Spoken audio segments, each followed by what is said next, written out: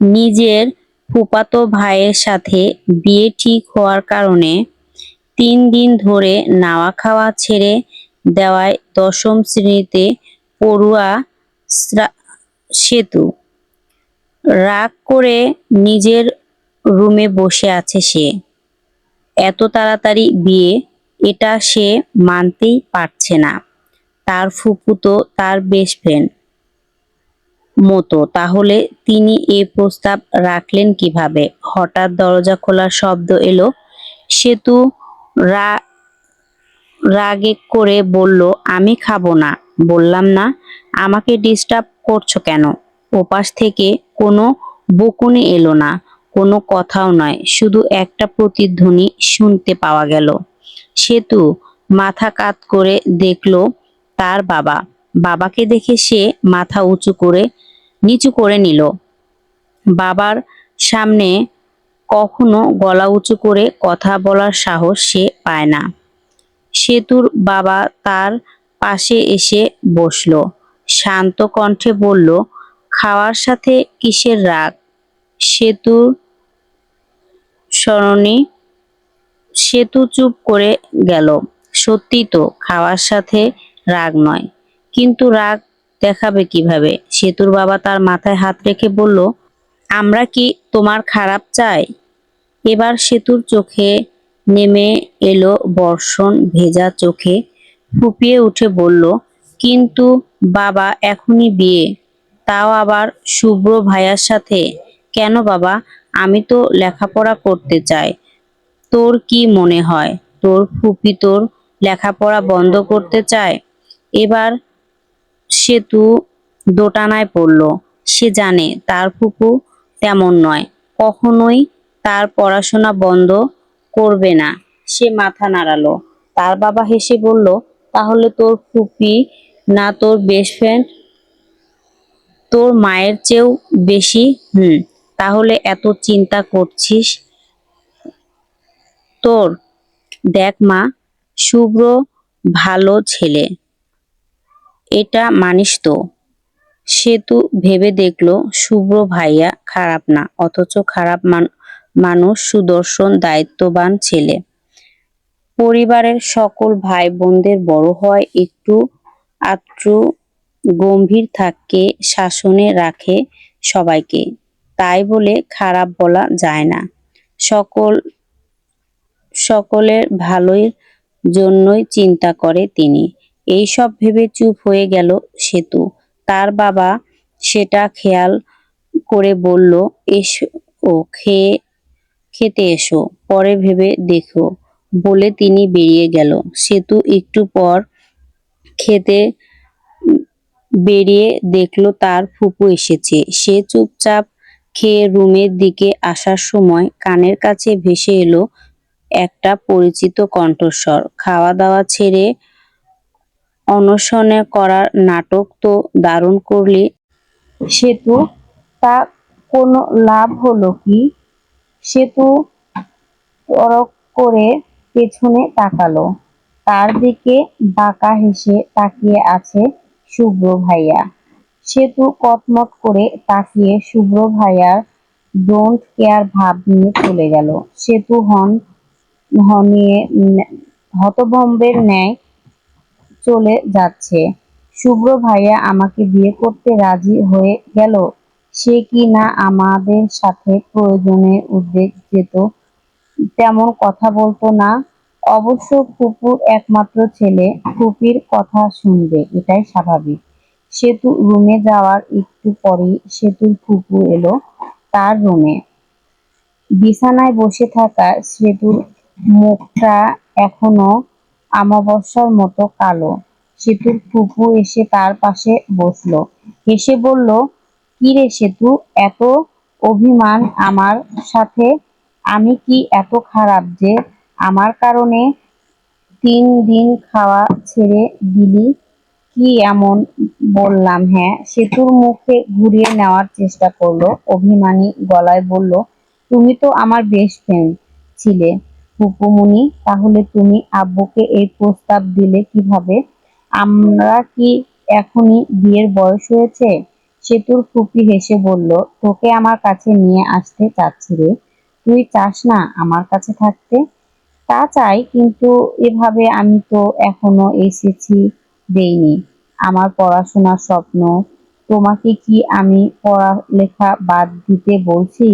আমি জানি তুই পড়াশোনা করতে চাস, নিজের পায়ে দাঁড়াতে চাস। শুভ্র আর আমি কি তোকে চিনি না? তোকে কি শুভ্র পড়াবে না? আর তার ফুপি তার হাত দুটো নিজের হাতের মধ্যে নিয়ে বোঝানোর মতো করে বলল, শুভ্র তো পরিবারের সবচেয়ে বড় ছেলে, ওর ওপরে অনেক দায়িত্ব। ওর জন্য কত জায়গা থেকে সম্বন্ধ আসছে তুই তো দেখছিস, কিন্তু আমি চাইছিলাম আমার ঘরের বউটা যেন আমার মেয়ে, আমার নিজের কেউ হয়। তুই আমার চোখের সামনে বড় হয়েছিস সেতু, তোকে অন্য কারো হাতে তুলে দেওয়ার কথা ভাবতেই পারি না। তাই আমি এটা চাইছি। সেতু আরো চোখে ফুপির দিকে তাকিয়ে বলল, কিন্তু ফুপুমণি, শুভ্র ভাইয়া তো আমার সাথে কখনো ঠিক মতো কথাই বলে না। এইরকম মানুষের সাথে বিয়ে হয় নাকি? তুমি নিশ্চিত জোর করছো তাই রাজি হয়েছে?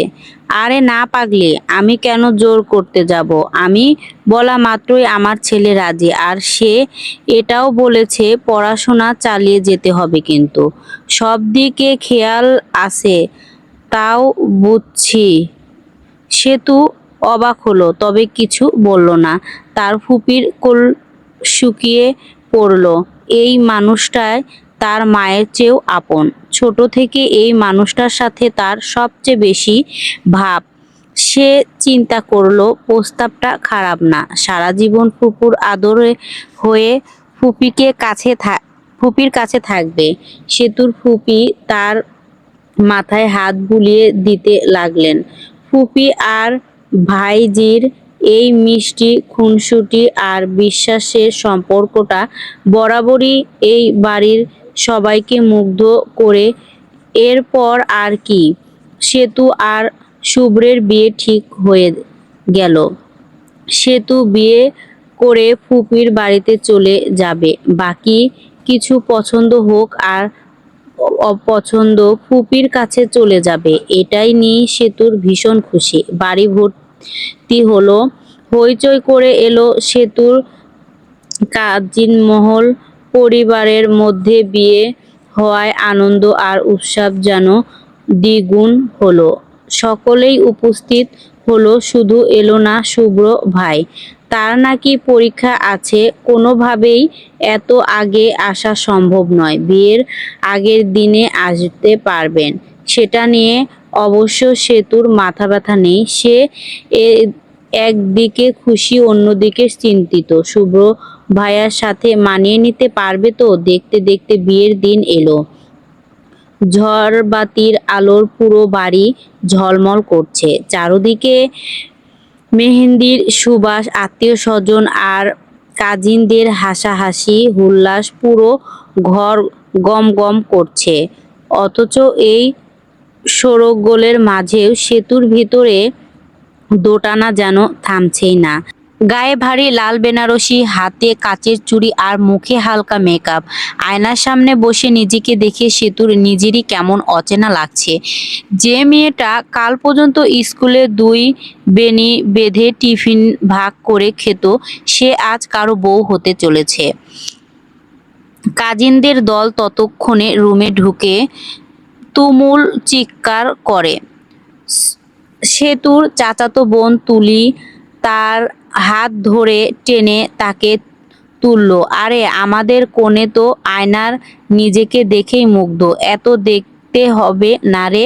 শুভ্র ভাইয়া এসে তোকে দেখলে পুরোই ফিট খেয়ে পড়ে যাবে। সেতু রাগ দেখিয়ে বলল, তোরা একটু থামবি? মেজাজ এমনিতেই খারাপ। সেতুর সত্যি মেজাজ খারাপ, সে সত্যিই চিন্তিত।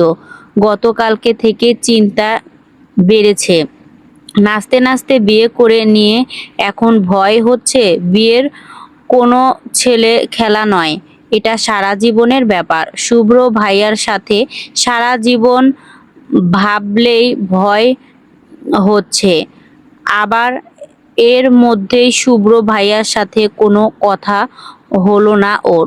শুভ্র ভাইয়াও কেমন ঢুলতে ঢুলতে এলো গত রাতে কোনো একটা নাকি পরীক্ষা শেষ করে প্রোস্টার কাজে আটকে গিয়ে পরশু শেষ রাতে ট্রেনে রওনা দিচ্ছে। এমন ভাব যেন বিয়েটা কোনো সাধারণ কাজ। আসার সময় হলো ঠিক তখনই বাহিরে আকদের তোড়জোড় শুরু হলো। কাজী সাহেব এসেছে, তার মানে শুভ্র বিয়ের পড়ানো শেষ।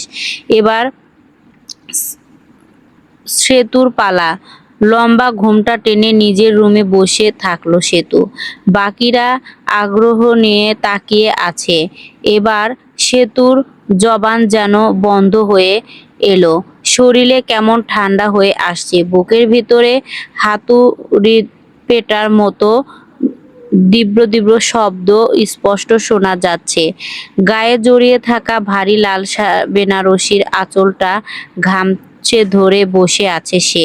বরফ শীতল হয়ে আসা হাত দুটো ঢক ঢক করে কাঁপছে। নাচতে নাচতে ফুপির বাড়িতে যাওয়ার আনন্দ তো রাজি হয়ে গেল, কিন্তু বিয়ে শব্দটার পিছনে যে এত বড় একটা দায়িত্ব জড়িয়ে আছে তা কি সে একবারও ভেবে দেখেছিল? কাল রাতে যে লোকটার চোখে ঢুলতে ঢুলতে ট্রেন থেকে নেমে ডাইনিং রুমে এসে বসেছিল, যার চোখে মুখে আড়ালে তার পছন্দ করা বিন্দুমাত্র চিহ্নটুকু সে দেখতে পায়নি, সেই শুভ্র ভাইয়ার সাথে তার জীবনটা বাঁধতে যাচ্ছে। এইরকম বহু চিন্তা মন মস্তিষ্কে ছড়িয়ে পড়তে শুরু করছে। তখন তার ফুপি তার পাশে এসে শক্ত করে হাত ধরে ফিসফিস করে বলল, খারাপ লাগছে, পানি খাবি? সে একবারও মাথা তুলে বাবা আর ফুপির দিকে তাকালো। তখন কানে এলো কাজীর বলা কথা, আপনি কি এই বিবাহে সম্মতি প্রদান করছেন? বলুন মা, কবুল। ঘরের সবাই সেতুর দিকে তাকিয়ে। এদিকে সেতুর গলা শুকিয়ে কাঠ, মুখ ফুটে কবুল শব্দটা বের করতে চাইছিল না। ঠোঁট দুটো থর থর করে কাঁপছে, চোখ বেয়ে গড়িয়ে পড়ছে, চাচ্ছে এক ফোঁটা জল। ভেজা চোখে তাকালে তার ফুপি চোখের ইশারায় দিল আর ফিসফিস করে বলল, কবুল বলতে বলছে মা, বলে দে। নিজের কাপা হাতের দুটো শাড়ির আঁচল শক্ত করে চেপে ধরে সেতু গলার ভেতরে সমস্ত ভয় আর দ্বিধাগুলোকে চেপে রেখে নিচু স্বরে উচ্চারণ করলো, কবুল কবুল কবুল। মুহূর্তের মধ্যেই পুরো ঘর আনন্দে গুঞ্জন ছড়িয়ে পড়ল। কাজিনদের করতালি আর মিষ্টি বিতরণের হইচয়ে থমথমিয়ে ভাবটা এক মুহূর্তেই কেটে গেল। তার ফুপুর পরম মমতা তার কপালে চুমু খেয়ে তাকে জড়িয়ে ধরলেন। নিজের অজান্তেই চোখ বেয়ে বর্ষণ নেমে এলো সেতুর। এখন থেকে তার পরিচয় ভিন্ন হয়ে গেছে। স্কুলে পড়া সেতুর থেকে হয়ে গেল অন্য একজনের বউ, শুভ্র মাহমুদের বউ।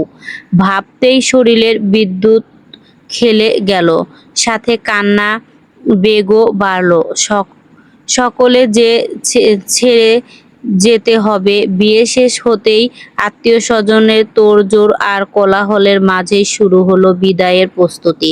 গাড়িতে ওঠার সময় সেতু কান্না চেপে রাখতে পারল না। মা বাবাকে জড়িয়ে ধরে অঝরে কাঁদল সে। সব যতই চেনা জায়গা হোক, নিজের বাড়ি ছেড়ে নতুন পরিচয়ে নতুন এক ঠিকানায়, সব মেয়ের মতো নিজের বাড়ি ছেড়ে অচেনা কিন্তু চেনা এক নতুন ঠিকানায় পা বাড়ানোর টানাপোড়ার তাকে কাঁপিয়ে দিয়ে গেল। তার কান্না থামতে তার ফুপু মজা করে বলল, এত কাঁদছিস কেন? আমার কাছে যেতেও এত কাঁদতে হয়? আমি কি তোকে ভালো রাখবো না? তুই এখানেই যেমন থাকবি ওখানে এ, অমনেই থাকবি, তোর যা মন চায় করবি, কেউ তোকে কিছু বলবে না। হইছে আর কাঁদিস। একটা লম্বা লাল ঘোমটা টেনে বসে আছে সেতু। একটু আগেই তার এবং শুভ্র ভাইয়ার কাজিনদের দল সব একসাথে মিলে হইচই করে সেতুর শ্বশুর বাড়ির অর্থাৎ ফুপুর বাড়িতে এসেছে। আর এখন তারাই ওকে শুভ্র ভাইয়ার রুমে বসিয়ে গেছে। এই রুমেই সে আগেও এসেছে, কিন্তু তখন ছিল এক পরিচয়, আর এখন এক প্রকার তার নিজের রুম বলা যাবে। আগে এই রুমে কত এসেছে, শুভ্র ভাইয়ার বাসায় না থাকলে তো ফুপুর সাথে বসে এখানে আড্ডা দিত, অথচ আজকে অনুভূতিটা একেবারেই আলাদা। সেতু ঘোমটার নিচ থেকে হাত দুটি একটু উঁচিয়ে দেখলো, হাত নাড়াতে চুড়ির হালকা ঝুনঝুনি শব্দ করে উঠল।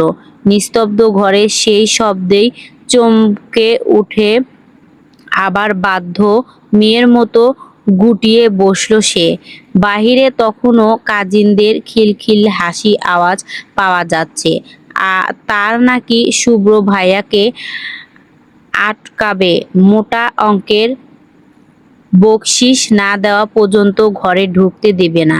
কিন্তু শুভ্র ভাইয়াও তো আর তত সহজে গলে যাওয়ার পাত্র নয়। সে তো এক ধমকেই ওদের চুপ করিয়ে দেওয়ার ক্ষমতা রাখে। একটু পরেই বাহিরের সব কোলাহল শান্ত হয়ে এলো। ভারী কিছু পদ শব্দ এগিয়ে এলো ঘরের দরজার দিকে। সেতুর হাতের তালু দুটো ঘেমে ভিজে উঠেছে। সে শাড়ির লাল আঁচলটা দুই হাতে শক্ত করে চেপে ধরে চোখ দুটো এক প্রকার বন্ধই করে ফেলল। দরজা খোলার খুব মৃদু একটা শব্দ হলো, তারপরে ঘরে ভেসে এলো একটা সুবাসী রুম স্প্রে আর পারফিউমের মিশ্রণ।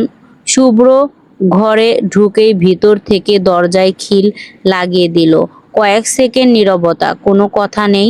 শুভ্র ধীর পায়ে এগিয়ে আসছে বিছানার দিকে।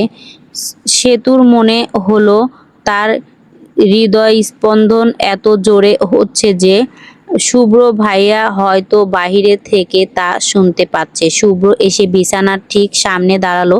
কিছুক্ষণ কোনো কথা না বলে স্থির দৃষ্টিতে তাকিয়ে রইল লাল ঘোমটায় মুখ ঢেকে রাখা ছোট মেয়েটার দিকে। তারপর একটা হালকা দীর্ঘশ্বাস ফেলে শব্দ পাওয়া গেল। শুভ্র বিছানার এক পাশে বসলো। খাটটা সামান্য দেবে যেতেই সেতু আরো আকৃষ্ট হয়ে গেল। শুভ্র ভাইয়া নিজের শেরওয়ানিতে হাত দিয়ে বলল, ঘোমটাটা এত লম্বা করে ঠেকে রেখে ভেতরের নিঃশ্বাসটা আটকে মরার কোনো পরিকল্পনা আছে নাকি? তারপরে বলা হলো, শুভ্র মাহমুদ বিয়ের রাতেই নারী নির্যাতন করে বউ মেরে ফেলেছে। এমন কথায় সেতু ঘুমটা একটু পিছনে হেলিয়ে দিল। মুখ দিয়ে কোনো জবাব বের হচ্ছে না তার। কি বা বলবে শুভ্র ভাইয়ার সাথে। শুভ্র আড়ালে একটু হেসে বলল, তোমার এই বস্তার মতো শাড়ি আর গহনা দেখে আমার গরম লাগছে, যাও চেঞ্জ করে আসো, যাও ওয়াশরুমে গিয়ে হাত মুখ ধুয়ে ফ্রেশ হয়ে আসো। আচ্ছা, ছোট করে বলে বাধ্য মেয়ের মতো মাথা নাড়ালো সেতু। শাড়ি নিয়ে উঠতে গেলেও বিছানা থেকে নামতেই পারছে না, শাড়ি লেগে পড়ে যেতে নিল। আল্লাহ বলেই চোখে খিচে বন্ধ করে নিল। হুট করে খেয়াল করলো একটা হাত তাকে পড়ে যাওয়া থেকে বাঁচিয়েছে। সে পিটপিট করে চোখ খুলে দেখলো শুভ্র ভাইয়া ওই দিকে তাকিয়ে আছে। শরীরে যেন বৈদ্যুতিক খেল গেল। সেতু একটা ঢোক গিলে সোজা হয়ে দাঁড়িয়ে সরে গেল।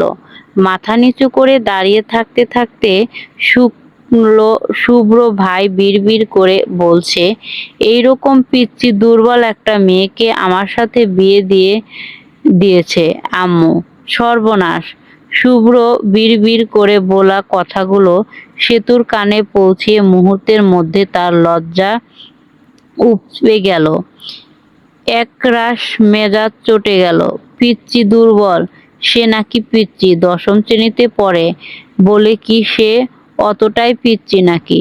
সেতু একটা ঝটকায় মাথা তুলে শুভ্রর দিকে তাকালো, দুহাতে শাড়ির কুচিটা শক্ত করে ধরে দাঁড়িয়ে দাঁতে দাঁত চেপে বলল, আমি কিন্তু একদম পিচ্চি না শুভ্র ভাইয়া, আর আমি কোনো দুর্বল মেয়েও নয়।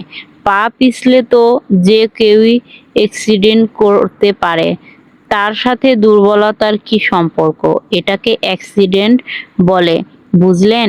শুভ্র শেরওয়ানি ছেড়ে টি শার্ট গায়ে গলাতে গলতে জবাব দিল, না। সেতু হতভম্ব হয়ে জবাব দিল, কি না? বুঝি না।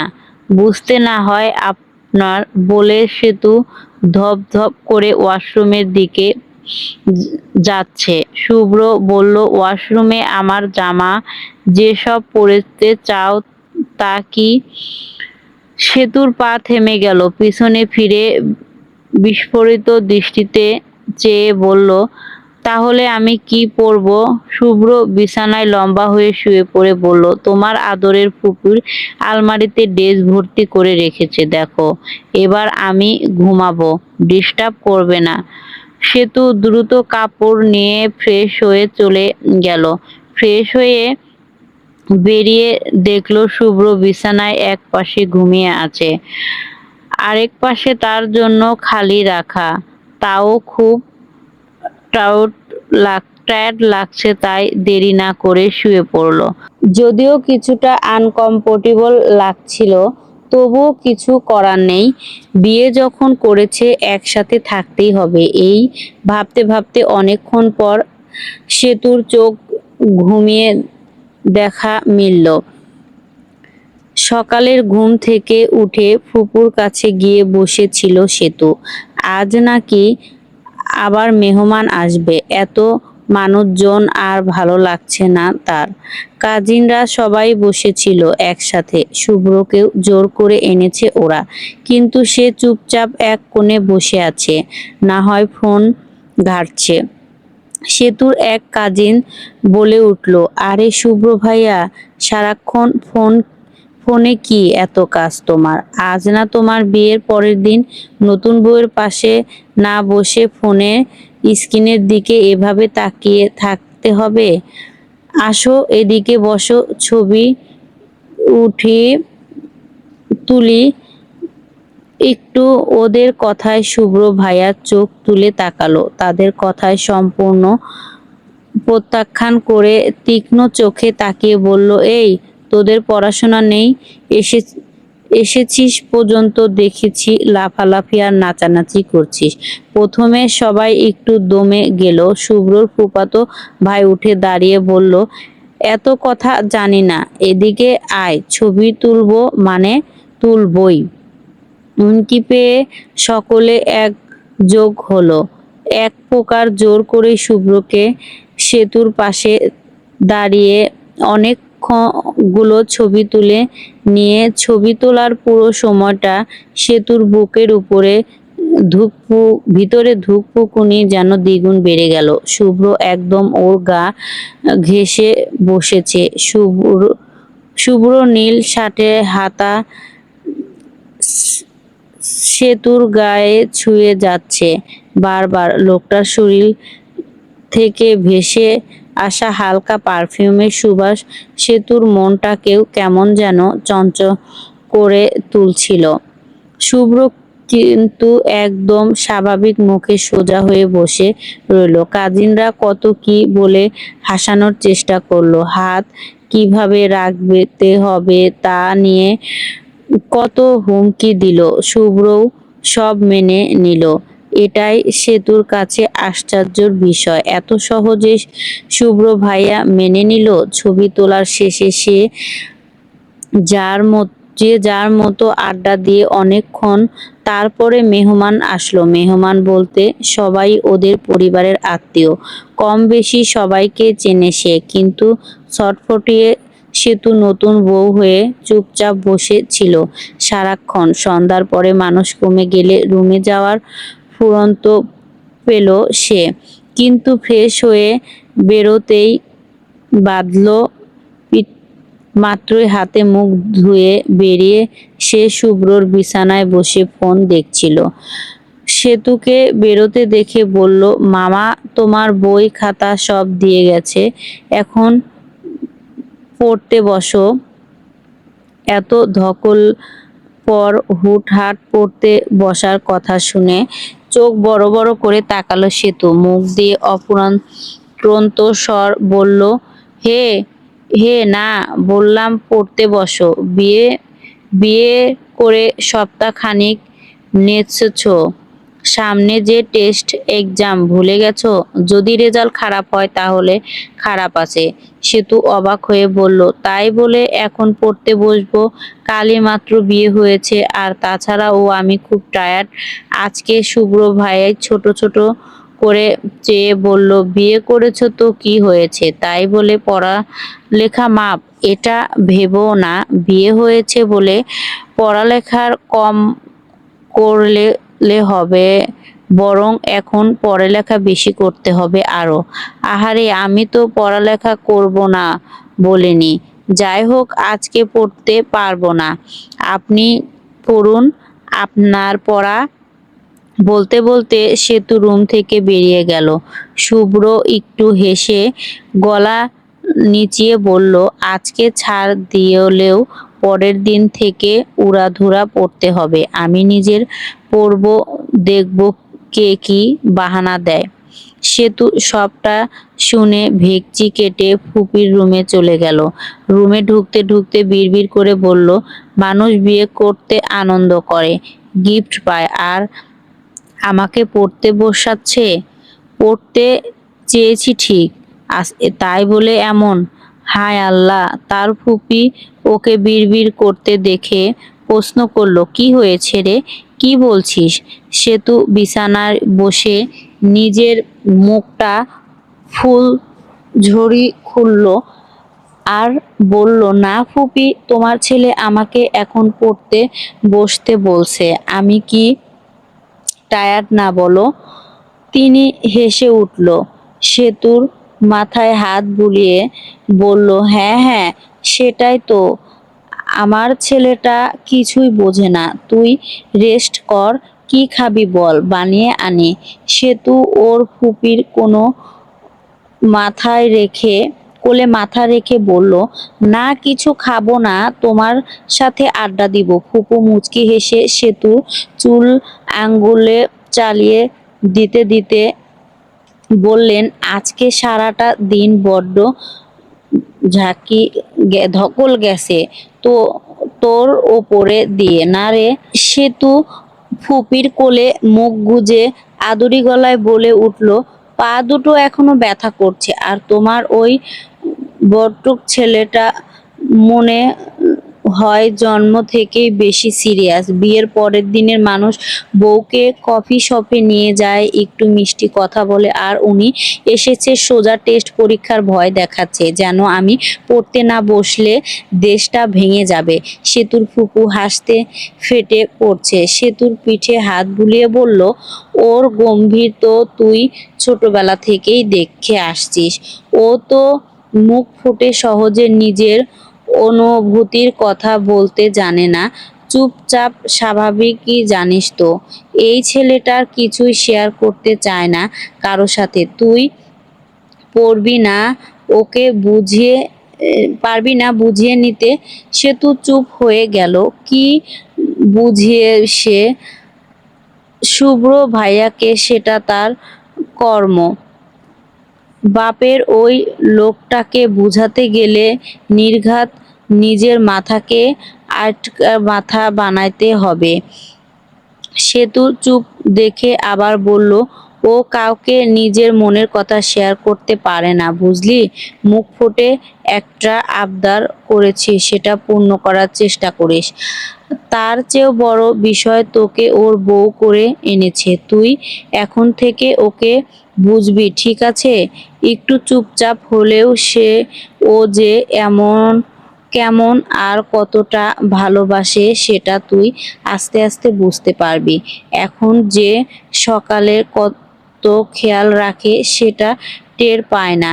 শেষ কথা হলো তুই এখন শুভ্রের বউ, তাই ওর সবটাই তোকে গুছিয়ে নিতে হবে। পারবি মা?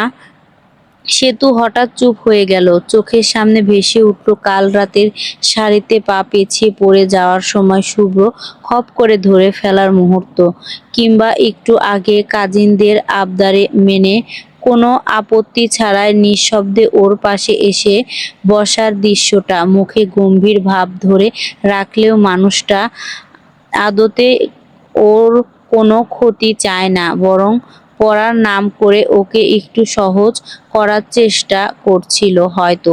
শুধু এখন নয়, বিয়ের আগেও সবাইকে উনি এভাবেই সামলাতো বা সকলের খেয়াল রাখতো, সেটা তো সেতু জানেই।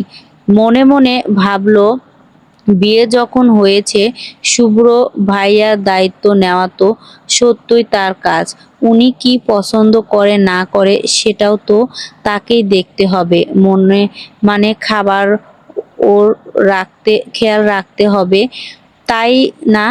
ভাবতে ভাবতে গাল দুটো লাল বর্ণ ধারণ করলো। নিজের চিন্তা ভাবনায় নিজেই লজ্জা পেল। অদ্ভুত একটা শিহরণ খেলে গেল তার। মানে সে তার ফুপির দিকে তাকিয়ে একটু মাথা নাড়ালো। অর্থাৎ সে পারবে? ফুপি হেসে বলল, এই তো ভালো মেয়ে আমার। শোন, চিন্তা করিস না, বুঝেছিস? একটা সম্পর্কের শুরুটা এইরকমই হয়, একটু আধটু থাকবেই। তাই বলে দূরে সরে থাকবি না। দেখবি সব যত গড়বে, তোরা দুজনে দুজনকে আরো গভীরভাবে চিনবি। একজন অন্যজনের মনের ভাষা পড়তে শিখবি। ভালোবাসা তো একদিনে তৈরি হয় না রে, তা তো ধীরে ধীরে অনুভূতির শিহরণ ছড়িয়ে ডালপালা মেলে। সেতু নিঃশব্দে মাথা নাড়ালো। সেতুর মাথায় তার হাত বুলিয়ে ওর ফুপু আবার বলল, মন থেকে দোয়া করি তোর অনেক সুখী হ।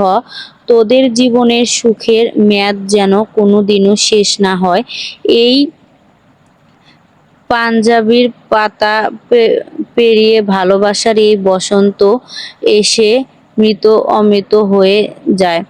গল্পটি কেমন লাগলো অবশ্যই কমেন্ট করে জানাবেন। আর আমি সেতু নামটা অনেক ভালো লাগছে, এই জন্য আমি সেতু নামটাই বলছি।